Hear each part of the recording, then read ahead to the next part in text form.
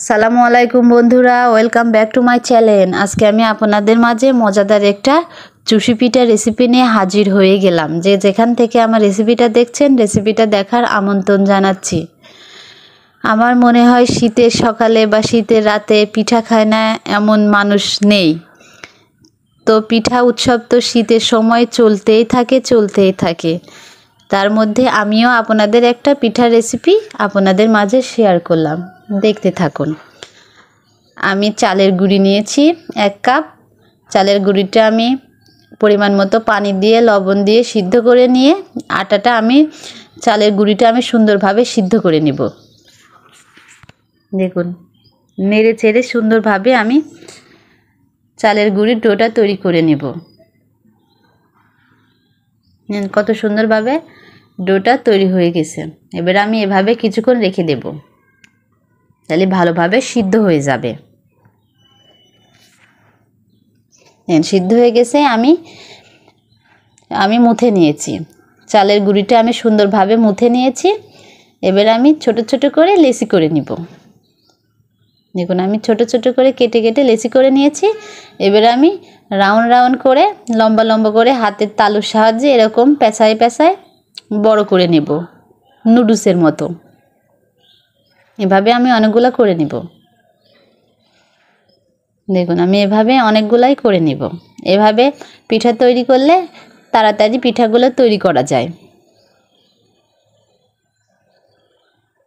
দেখুন, এভাবে আমি একটু চালের গুঁড়ি নিয়েছি। এবার আমি পিঠাগুলো তৈরি করে নেব। এভাবে সবগুলা পিঠা আমি তৈরি করে নেব। এই পিঠাটা বানানো অনেক সোজা, কিন্তু ঝামেলা। সব পিঠা বানাতেই ঝামেলা আছে। এভাবে আমি সবগুলা তৈরি করে নেব।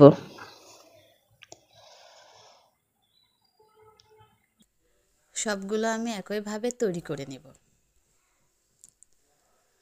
দেখুন, এইভাবে তো আপনারা অল্প অল্প করে নিতেও পারেন, আবার যারা এক্সপার্ট বানানো তাদের তাড়াতাড়ি হয়ে যায়। দেখুন, আমার সবগুলা বানানো হয়ে গেছে। আমি একটু চালের গুঁড়ি ছিটাই নিয়েছি যাতে একটার সঙ্গে একটা লেগে না যায়। আর এদিকে আমি 1.5 কাপ দুধ নিয়েছি। দুধটা আমি সুন্দর করে জাল করে নেব। আর একটু পানি দিলাম। দুধটা আমি সুন্দর করে জাল করে নেব। আমি চুষি পিঠার শিরাটা তৈরি করব। এবং এবার এদিকে আমার দুধটা জাল করা হয়ে গেছে। এদিকে আমি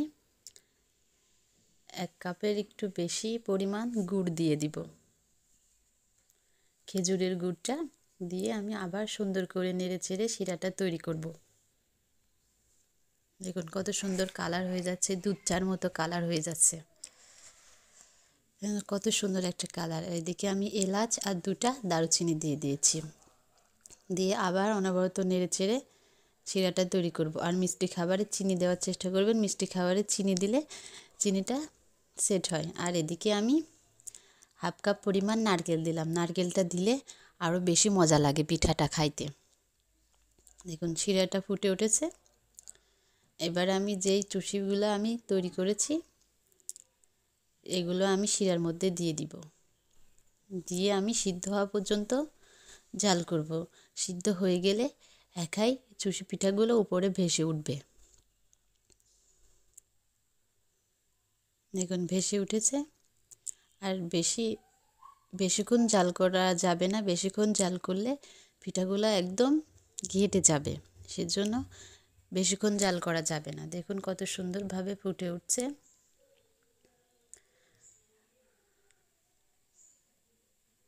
এটা সিদ্ধ হওয়া পর্যন্ত আমি জাল করে নেব।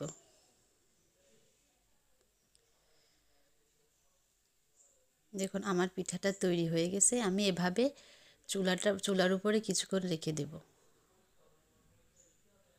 দেখুন, কিছুক্ষণ চুলার উপরে আমি রেখে দেওয়ার পরে কত সুন্দরভাবে সেট হয়ে গেছে।